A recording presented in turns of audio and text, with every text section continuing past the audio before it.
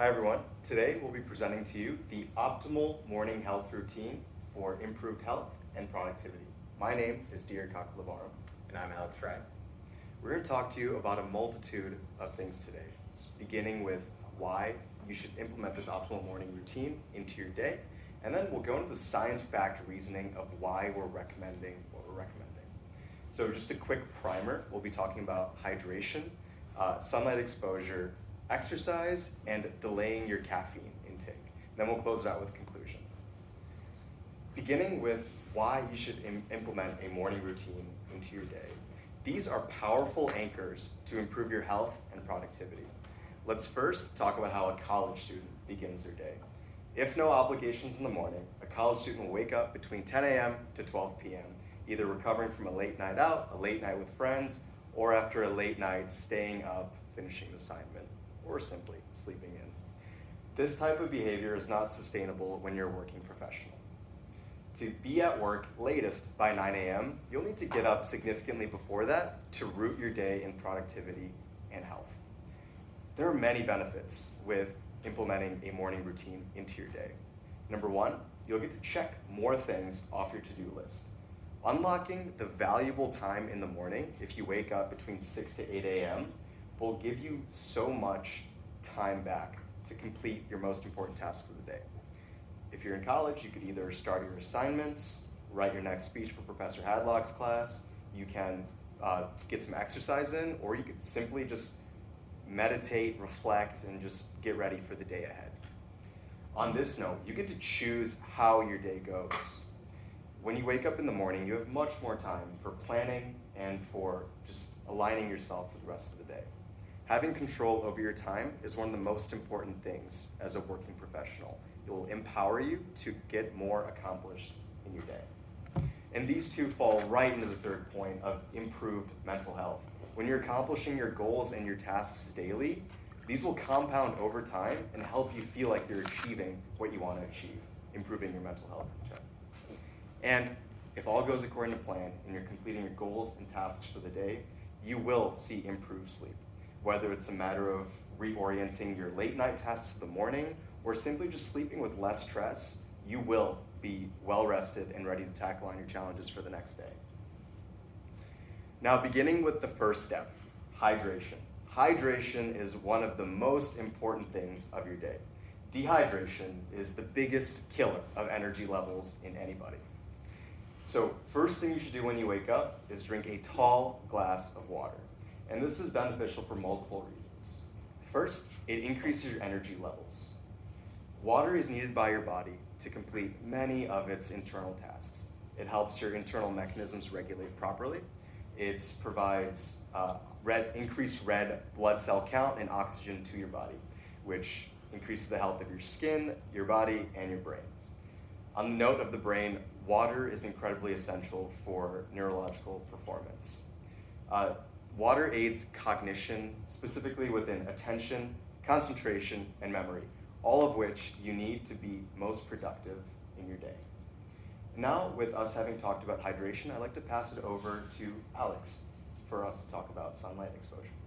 Thank you, Dear. So, an important aspect of this morning routine is getting sunlight exposure. Now, you will want to get at least 5 to 10 minutes of sunlight exposure from natural sunlight.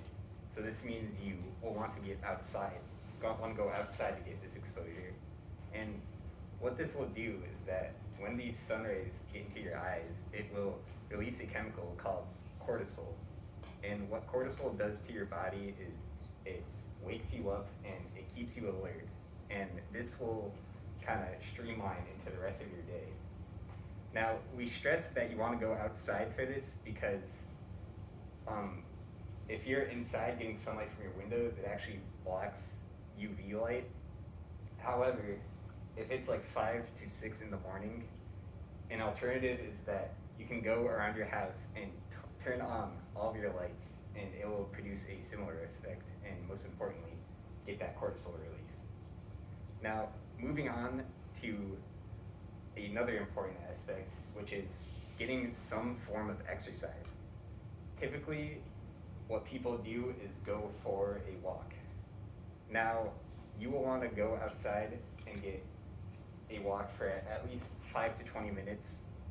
And what this will do for you is that it will put your body in a sense of optic flow, which is how your brain processes images and objects moving around you. When your body is in a state of optic flow, it suppresses your amygdala.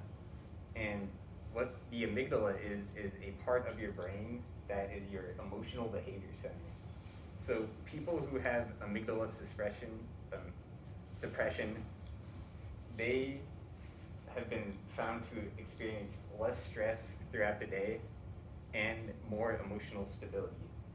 So going on this walk is an important aspect, and it's also a 2-in-1 routine, because not only are you going outside and getting this optic flow, you are getting sunlight exposure as well. Now, the final thing that we wanted to discuss with you, it's not something you have to incorporate in your routine, but it's something we thought you should be aware of, is that for any of you who ingest caffeine in the morning, I for one am a coffee drinker, you want to put off your caffeine intake until your first 90 minutes to 2 hours of the day. So what caffeine does for you is that it is an adenosine blocker.